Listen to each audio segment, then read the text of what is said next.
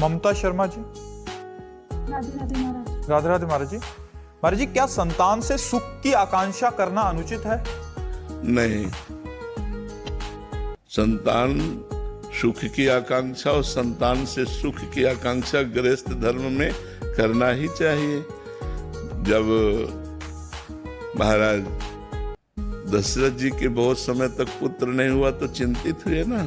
चिंतित होकर के ऋष्यशृंग ऋषि को बुलाया गया, फिर पुत्रेष्टि यज्ञ हुई, फिर भगवान श्री राम, भरत, लक्ष्मण, शत्रुघ्न इनका प्रादुर्भाव हुआ।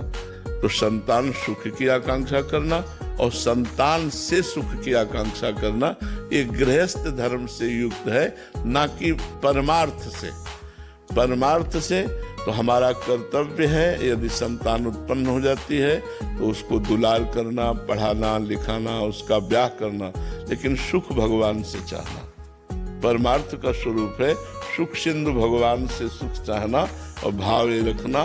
नाथ सकल संपदा तुम्हारी, मैं सेवक समेत सुत नारी। ये परिवार सब कुछ प्रभु आपका है, मैं आपसे ही सुख चाहती हूँ, ना कि पुत्र से।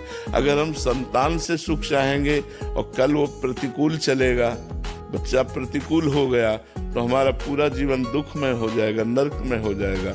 लेकिन हमने संतान से सुख चाहा ही नहीं, भगवान से सुख चाहा, तो हमें प्रसन्नता होगी कि ठीक है, हमारे कोई प्रारब्ध कर्म ऐसे हैं पूर्व के, जिससे पुत्र रूप में आकर हमको प्रतिकूलता और दुख देता है, लेकिन सुख तो भगवान देंगे ना। हम प्रारब्ध भोग लेते हैं और भगवान का चिंतन करते हैं तो उससे आनंद की प्राप्ति हो जाएगी।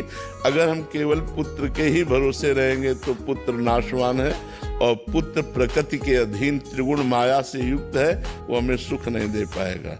गृहस्थी में ये रहता है पुत्र की आकांक्षा और पुत्र से सुख की प्राप्ति की आकांक्षा। नागेंद्र यादव।